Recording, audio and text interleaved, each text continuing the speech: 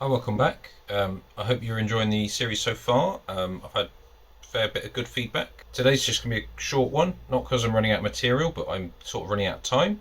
I was running on a bit of a backlog of video, but unfortunately I've caught up with myself now, so I'm actually making this a few hours before it's due to go out.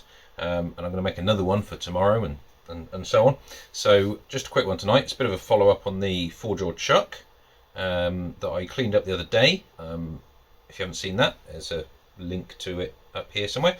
Just before we get into that, I'd like to say thank you to all of the new subscribers that have joined recently, all of my existing subscribers that have stayed with me, and all the people that watch my videos every day, leave great comments, and encourage me along. I wouldn't have done this had it not been for the feedback that I got, last year and throughout the year, really, from last year's Advent thing.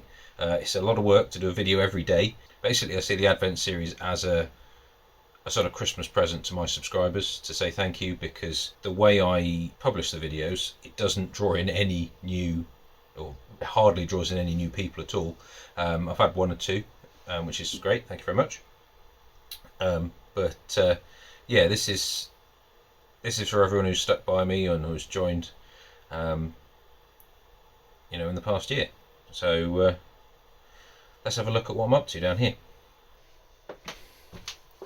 So we're dialing in a part with the four-jaw chuck, and whether you have the indicator this side or this side, you've got to get the chuck key in. Unless you want to tweak the chuck key a bit and then move it back to check that you've moved it the right amount. You kind of want to do it in situ. But of course the problem with, if you've got a certain size chuck and a certain size headstock, you're going to get this situation like I have here, where the handle bashes the headstock, and you can't do it very easily. And the usual solution to that is to make a longer chuck key, which we've seen on, I think Cloud42 did one a little while ago, made a very nice looking chuck key.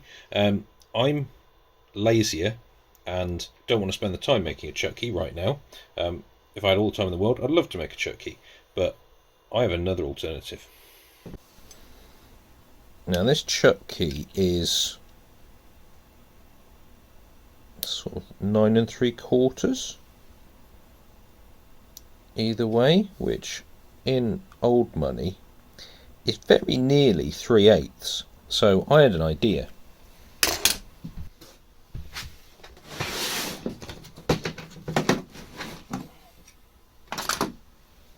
This is a 3/8 extension bar, and that very nearly fits. Now this is obviously much too long, and much too useful to permanently attach to this. However, I have this one, which is a bit short. However, again, that nearly fits. And if we go back over to the lathe,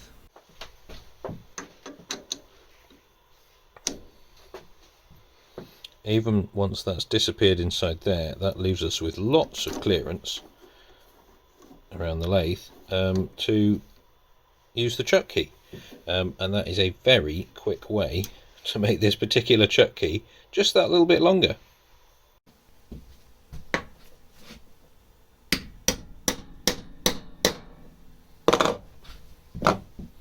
Yeah, one extended chuck key. I mean, that probably, I would be able to persuade that off if I really wanted to, but I think that is job done.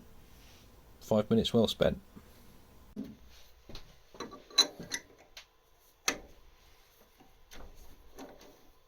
Yeah, look at that. Perfect. That's going to make dialing things in that bit easier. And of course you've got the added benefit that it's got a sprung ball bearing there, so the chuck key won't come out, unlike those annoying sleeves that you get on them that make them fly out when you're not holding them in. Means I can leave it there.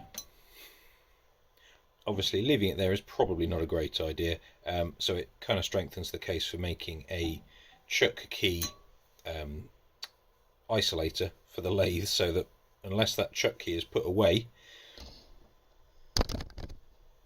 like somewhere up here, and fires off a switch, then the lathe won't run. Hope you like that. Thanks for watching.